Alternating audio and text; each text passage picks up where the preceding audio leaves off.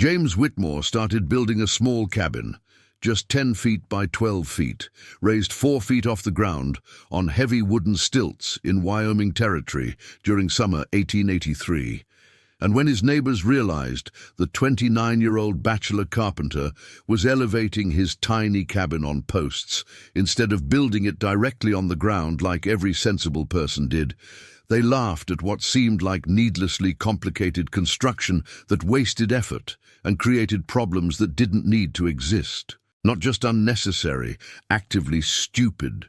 Because everyone knew you built cabins on the ground, you laid a foundation, built walls up from earth level, and had a structure that was stable, simple, and practical.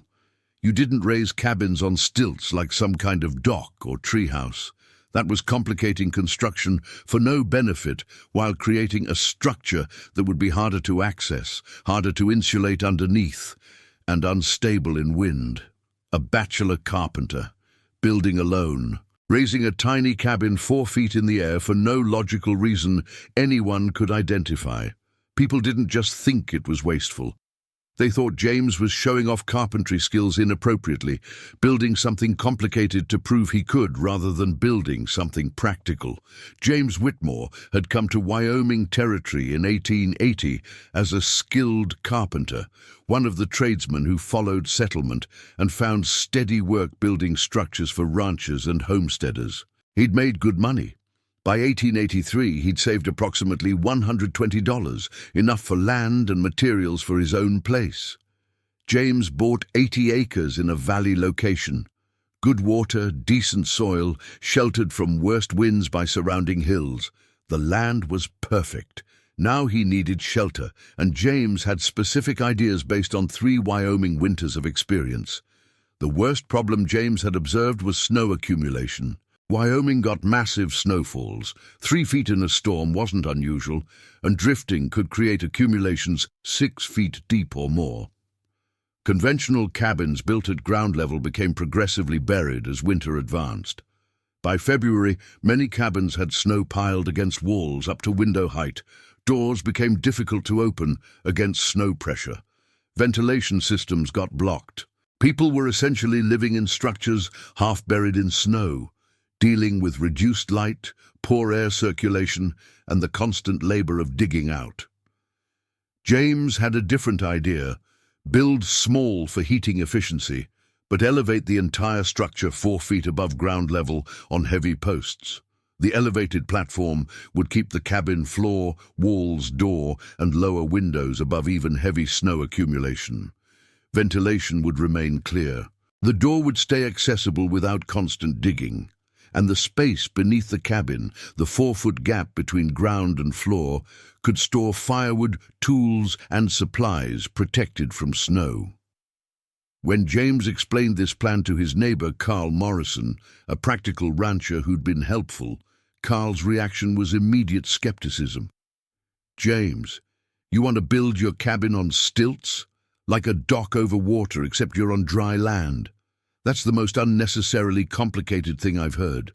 Elevation keeps the cabin above heavy snow accumulation. Doors and vents stay clear without digging. James, everyone deals with snow against their cabins. You shovel. It's not complicated. You're creating a complex elevated structure to avoid something that's easily managed with a shovel. Shoveling snow away from a cabin daily through winter is substantial labor. Elevation eliminates that entirely." Carl shook his head with frustration. "You're a skilled carpenter, so you can build complicated things. But just because you can doesn't mean you should. A cabin on stilts will be harder to build, harder to insulate underneath, less stable in wind, and require steps to access.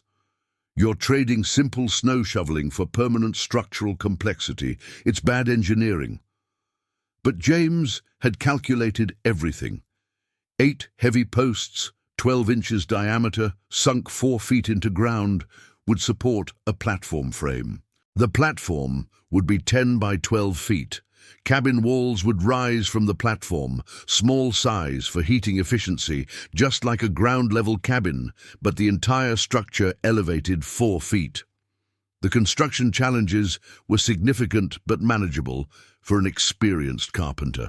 James started in June 1883, setting posts first. Each post required digging a 4-foot hole, setting the 12-inch timber, packing earth and stone around it for stability. 8 posts in a rectangular pattern, 10 by 12 feet. The digging alone took 2 weeks. Wyoming soil was mixed clay and rock, difficult to dig, requiring pickaxe work for every hole. James dug methodically, ensuring each hole was exactly 4 feet deep, level with the others, positioned precisely. The posts had to be perfect, or the entire elevated structure would be unstable. Setting the posts was equally demanding. Each 12-inch diameter timber weighed approximately 200 pounds. James had to maneuver them into position alone, using ropes and leverage systems he'd rigged. Lower each post into its hole vertically, check for plumb with a level, pack earth and stone around the base, tamp everything solid. By late June, James had 8 posts set, massive timbers rising 4 feet above ground, creating a forest of vertical supports. They looked strange, like someone had started building a very large elevated deck. Neighbors who rode by wondered what James was attempting. The platform frame came next, the critical structural component that would support the entire cabin. James used heavy beams, 8 inches by 8 inches, connecting the post tops. These beams had to be perfectly level and solidly connected. James spent 3 days just on leveling, adjusting post heights fractionally by digging deeper or shimming until all 8 post tops were exactly the same elevation. Then he built the frame. Perimeter beams bolted to posts, cross beams for additional support, creating a grid pattern. The frame had to support approximately 2 tons. Cabin structure plus contents plus occupant. James over-designed intentionally, using twice as many support beams as strictly necessary. The resulting platform was massively stable. The floor itself was double-layered with insulation between. James laid floor joists across the platform frame, then a first layer of boards, then a thick layer of packed straw for insulation, then a second layer of boards as the finished floor. The double floor with straw insulation would prevent cold air from underneath, making the cabin floor frigid. By early August, James had a completed elevated platform. 10 by 12 feet, 4 feet above ground, absolutely level, remarkably stable. He could jump on it and barely feel any flex. The over-engineering had created a platform that felt as solid as ground-level construction. Neighbors increasingly came to watch and comment. The elevated platform was undeniably impressive carpentry, the precision, the stability, the clean construction. But the purpose remained baffling. "Whitmore's built a stage," someone joked. "Maybe he's planning to put on shows." The cabin construction itself was relatively conventional once the platform existed. James built log walls directly on the platform perimeter. Squared logs, carefully notched, rising 7 feet to provide adequate interior ceiling height. The small 10 by 12 footprint meant he needed relatively few logs. By late August he had walls complete.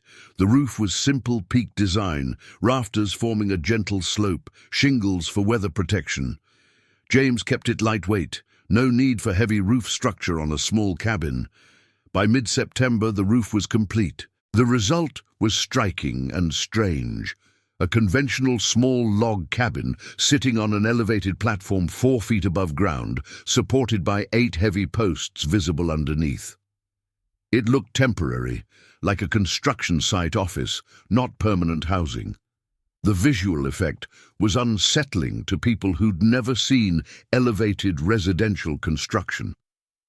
James built stairs for access, 8 steps rising 4 feet from ground to door, solid construction with railings. The stairs were perhaps the most normal-looking element, giving the elevated cabin something familiar to help people understand it was meant to be housing. Neighbors who saw the construction were baffled. James was building what looked like a large elevated deck in the middle of nowhere, with no water to put it over, no reason for the elevation except his insistence about snow. Whitmore's building a tree house, people joked in town. Next, he'll probably build a rope ladder to get up there. Margaret Hayes, who ran the general store, expressed the common view when James bought supplies. "James, everyone thinks you're overcomplicating this. You're a good carpenter. We've all seen your work on other people's buildings, but you're applying your skills wrong here. Simple ground-level cabin would serve you better than this elevated complexity." The elevation serves a specific purpose related to snow accumulation. We all deal with snow, James. We shovel, we dig out. It's part of frontier life. You're spending extra time and materials building an elevated platform to avoid work that's honestly not that difficult. But James kept building. By late July, he had the platform complete. A solid elevated floor 10 by 12 feet, 4 feet above ground, supported by 8 posts. The structure was absolutely level and remarkably stable. James had over-engineered it intentionally, and the result was a platform that didn't flex or shift even when he jumped on it. Next came the cabin itself. James built walls directly on the platform. Log construction, carefully fitted, rising to 7 feet. Small size, 10 by 12 feet, meant just 120 square feet of floor space. Tiny for a cabin. But James was building for efficiency, not space. The roof was simple peak design, no fancy work, just functional weather protection. 1 door on the long side, 2 small windows for light, a small stove for heating. Interior was minimal. Bed, table, chair, shelves. Everything James needed, nothing wasted. By early September, James had the cabin complete. From outside, it looked bizarre. A small log cabin sitting on an elevated platform 4 feet above the ground, supported by 8 heavy posts with wooden steps leading up to the door. It looked temporary, like a construction shed, not permanent housing. The space underneath, the 4-foot gap between ground and cabin floor, was open, creating a sheltered area beneath the cabin. James stacked firewood there, protected from direct weather. He stored tools and supplies.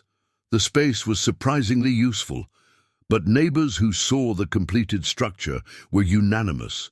James had wasted effort building something unnecessarily complicated. Carl Morrison brought several other ranchers to express their concerns. "James, you've built something. As a carpenter, the construction quality is excellent. We can all see that. But the design makes no sense. You've created an elevated cabin that requires steps to access, has an open space underneath that will create cold floor problems, and achieves nothing except avoiding snow shoveling that honestly isn't difficult work. The elevation keeps the living space above heavy snow accumulation. During deep snow, my door and ventilation will remain clear." "James, we get snow, yes. Sometimes 2 or 3 feet. We shovel paths. It's work, but it's manageable. You've built permanent structural complexity to avoid temporary seasonal labor. That's backwards thinking." Another rancher added, "And what about the space underneath? 4 feet of open air under your cabin floor. That's going to make your floor freezing cold. You've created an insulation problem trying to solve a snow problem that doesn't really exist." James had actually considered the floor insulation carefully. He'd built the platform with double flooring and insulated the cavity with packed straw. But he didn't explain this to the critics. He just said quietly, "Winter will test whether the design works. If I'm wrong, I'll acknowledge it." James moved into his elevated cabin in mid-September 1883. The immediate experience was positive. The cabin heated efficiently. 120 square feet with 7-foot ceilings meant less than 1,000 cubic feet of volume. His small stove warmed it easily. Accessing the cabin via steps was slightly less convenient than ground-level door access, but not significantly. The elevated view, being 4 feet higher, actually felt pleasant, and the storage space underneath proved remarkably useful. The first snow came in late October, 6 inches overnight. James woke to find his cabin completely unaffected. The door opened normally, the windows were clear, Ventilation worked perfectly. The snow on the ground was well below his elevated platform. Neighbors with ground-level cabins had 6 inches of snow against their walls. Minor drifting against doors. Nothing catastrophic, but they spent the morning shoveling paths and clearing doors. James's cabin required 0 snow management. He walked down his steps into 6 inches of snow and went about his day. The elevated design was working as intended, though the test was mild. November and December brought heavier snow, 12 to 18 inches in various storms. Accumulation reached 2 feet by Christmas. Conventional cabins now had substantial snow against walls, reaching halfway up doors. Ventilation openings near ground level were buried. People spent regular time digging out, maintaining access, clearing vents. James's cabin remained 4 feet above the snow surface. His door was completely clear. His ventilation worked perfectly. The steps down from his door descended through air, not snow. He'd built them tall enough that even 2 feet of snow left the bottom steps clear. The convenience was becoming obvious. While neighbors spent time maintaining access to their cabins, James spent 0 time on snow management. His elevated cabin was simply above the problem. But it was still manageable for others. 2 feet of snow required work, but wasn't dangerous. James's design looked clever for convenience, not essential for survival.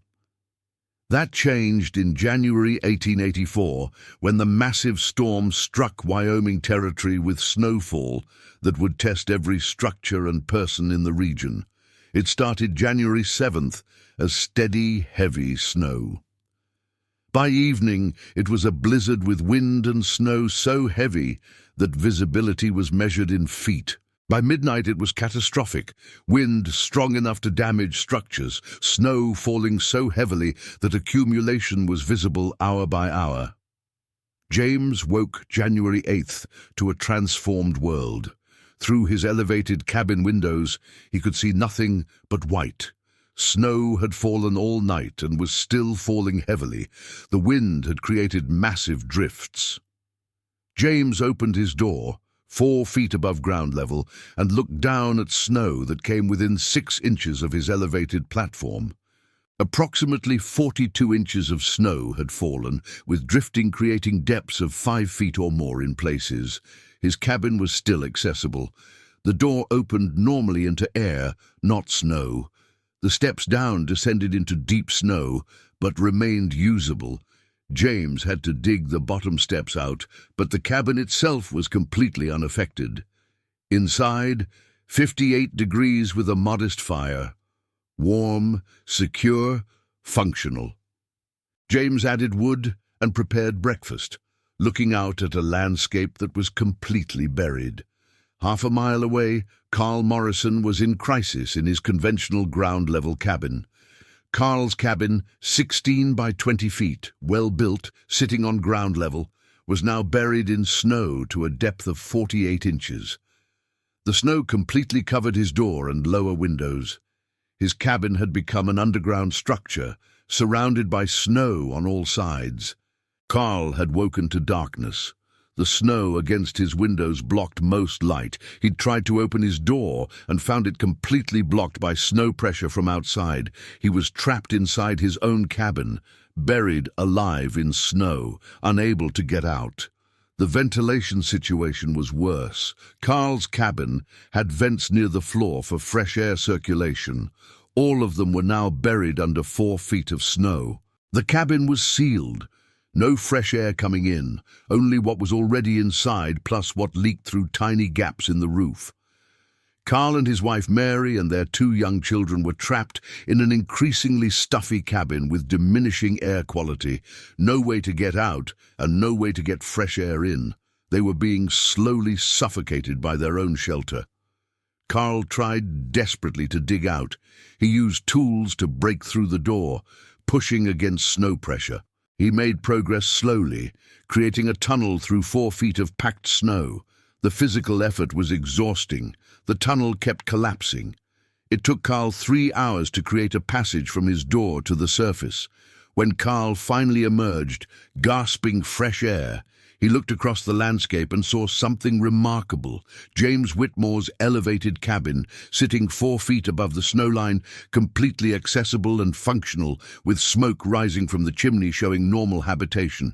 The cabin everyone had mocked as unnecessarily complicated was the only structure in the valley that remained fully functional.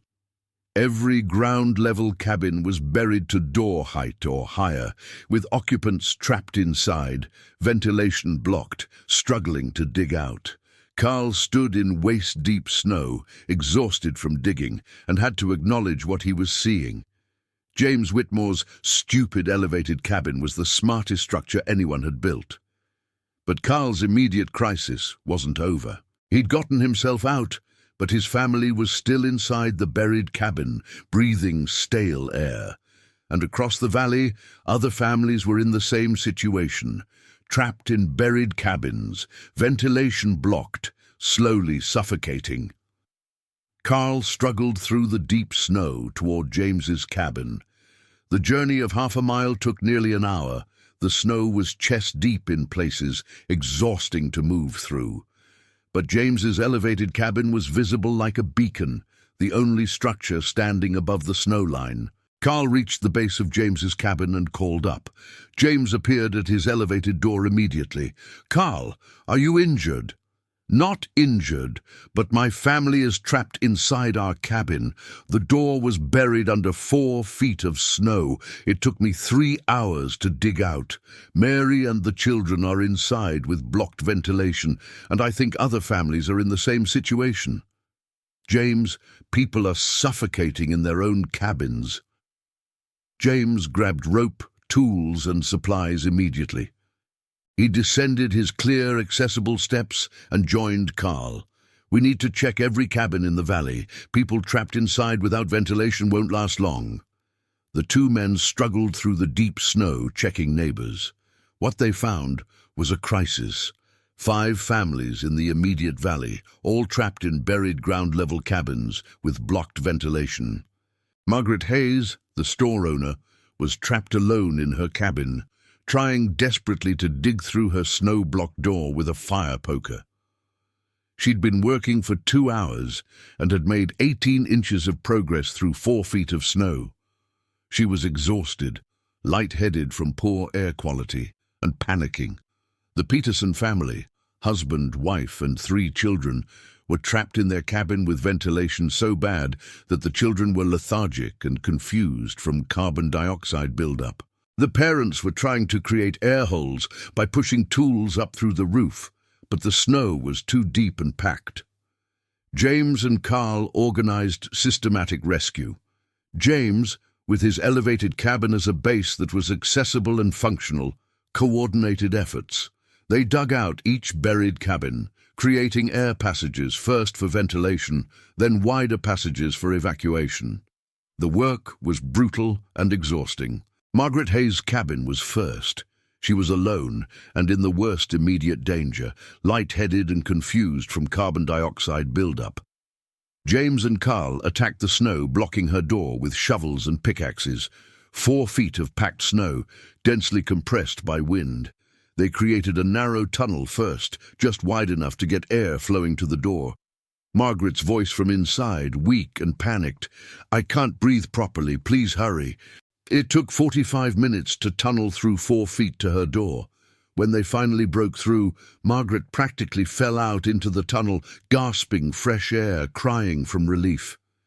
She'd been trapped for 6 hours with progressively worse air. Another hour, and she might have lost consciousness from CO2 poisoning. The Peterson cabin was next. Family of 5, including 3 young children. This was the most critical situation because children succumb to bad air faster than adults. When James and Carl reached the cabin and called through the snow-blocked door, Peter Peterson's voice was desperate. "The children are barely conscious. We need air now." James made a decision. Instead of tunneling to the door, they'd break through the roof to create immediate ventilation. He climbed onto the buried cabin. The roof peak was just visible above snow, and used a pickaxe to break through shingles. Fresh air poured down into the cabin immediately. The children's recovery was almost instant as fresh oxygen reached them.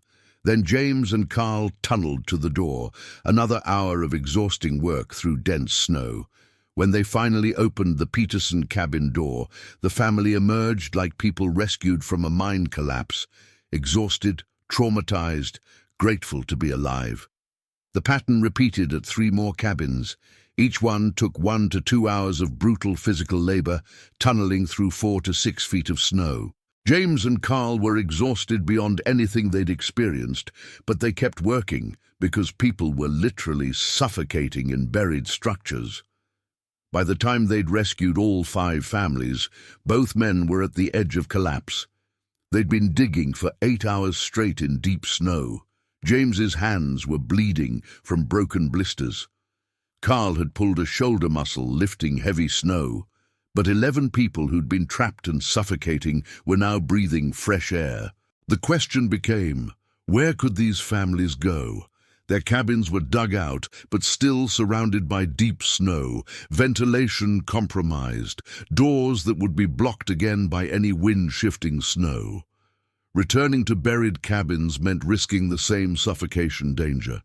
James's elevated cabin was the only truly functional shelter. "Everyone comes to my place," James said. "It's small, but it's clear and safe."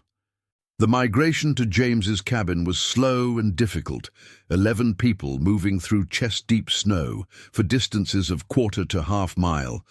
The children had to be carried, the elderly had to be helped, but James's elevated cabin was visible from everywhere, the only structure standing above the snow line, and it served as a beacon guiding people to safety.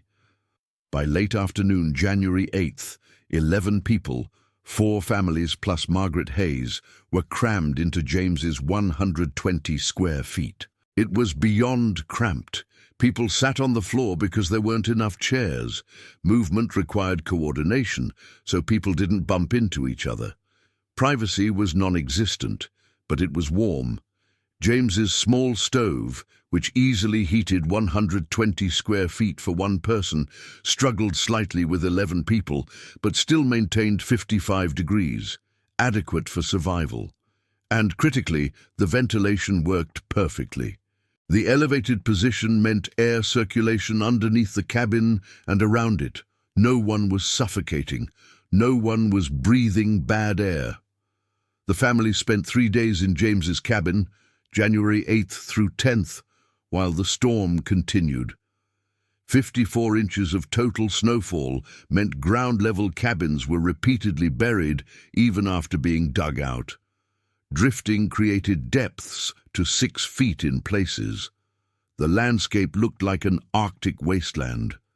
James's elevated cabin remained above it all. The platform stayed clear. 4 feet elevation plus 54 inches of snow meant the cabin floor was just 2 inches above the snow surface in the deepest areas, but the structure remained functional. The door opened normally. The steps descended into deep snow, but remained usable with minor digging.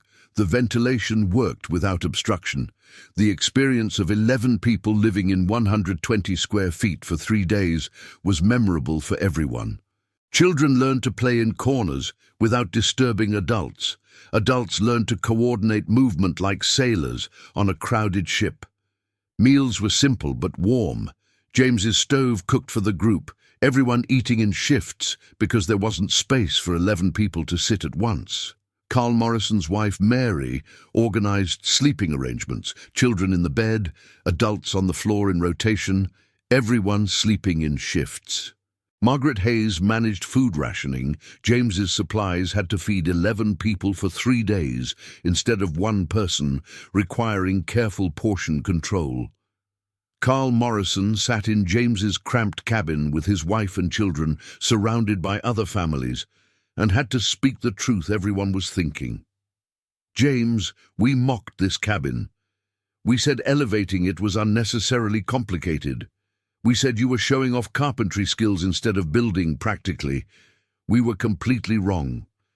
Your elevated cabin is the only structure in this valley that remained functional during the storm. Everyone else is buried, trapped, or suffocating. You built the one thing that actually works. The storm continued through January 9th and 10th, 3 full days of heavy snow and wind. Total accumulation reached 54 inches, with drifts to 6 feet. Every ground-level structure in Wyoming Territory was buried to some degree, doors blocked, lower windows covered, ventilation compromised. James's elevated cabin remained functional the entire time. The platform stayed 4 feet above ground, plus 54 inches of snow meant the cabin floor was just 2 inches above the snow surface at its deepest. But the door was clear, ventilation worked, and the structure remained fully operational. The families sheltering in James's cabin survived 3 days in cramped conditions, but adequate warmth and air quality. Ground-level cabins, even after being dug out, repeatedly filled with snow as the storm continued. James's elevation kept the space clear.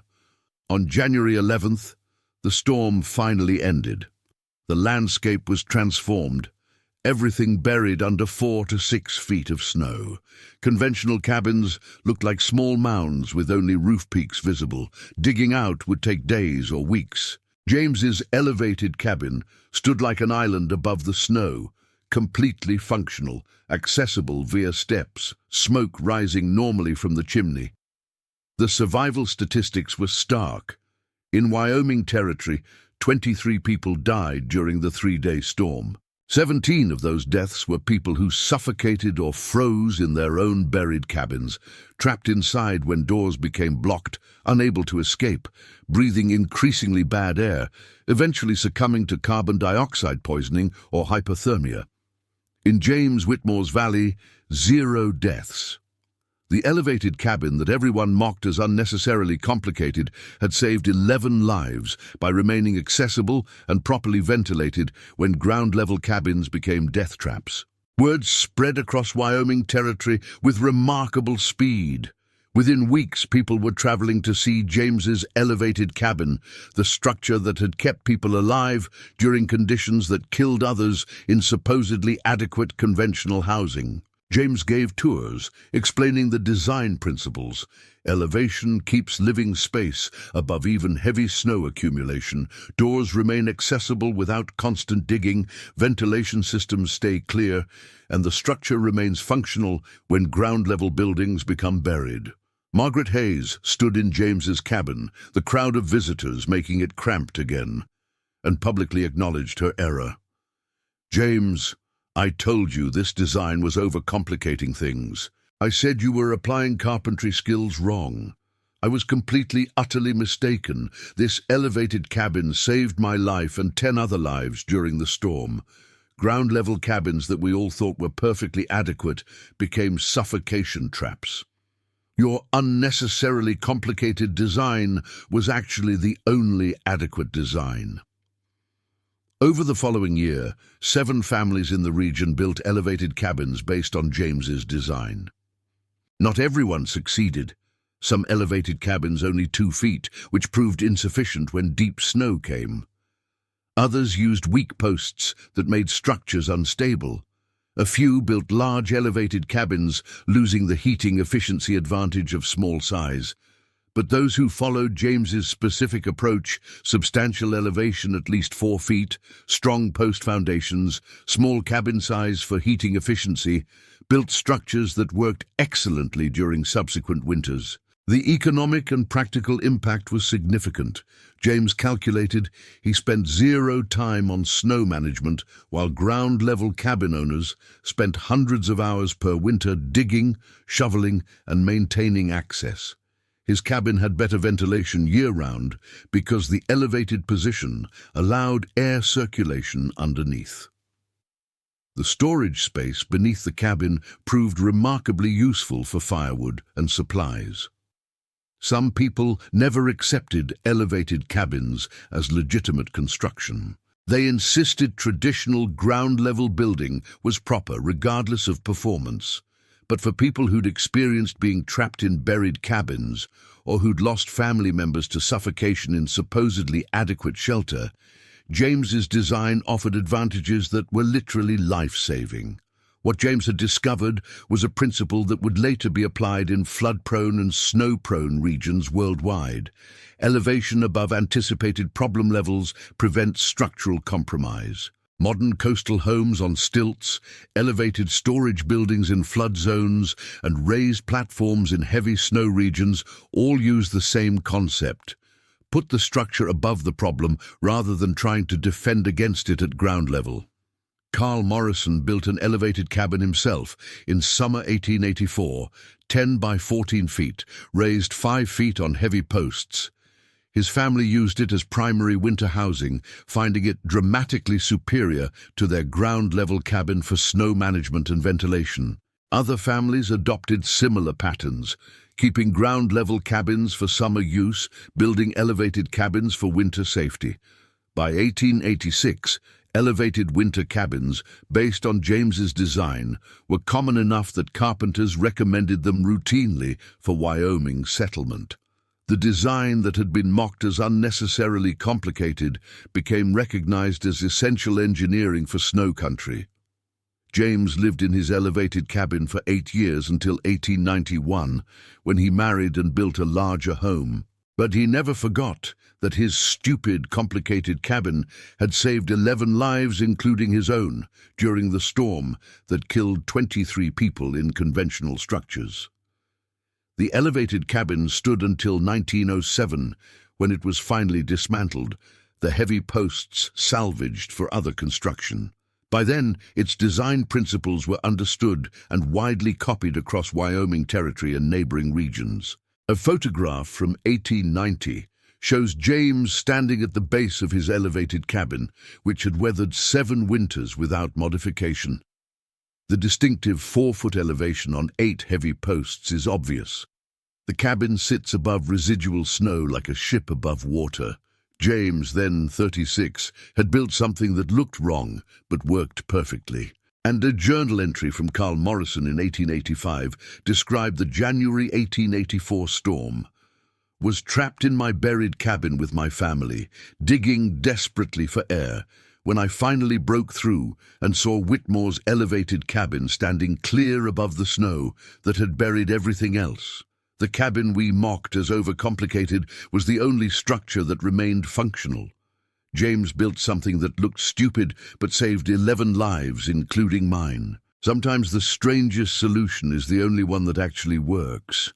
James Whitmore built a small cabin elevated 4 feet on posts when everyone laughed and said he was needlessly complicating construction to avoid simple snow shoveling. They mocked the elevated design as showing off carpentry skills inappropriately and creating problems: cold floors, stability issues, access difficulty that didn't need to exist. Then the storm came, with 54 inches of snow, and buried every ground-level cabin to door height or beyond, trapping people inside, blocking ventilation, creating suffocation conditions that killed 17 people across the territory. James's elevated cabin stood above the snow line, fully functional, door accessible, ventilation clear.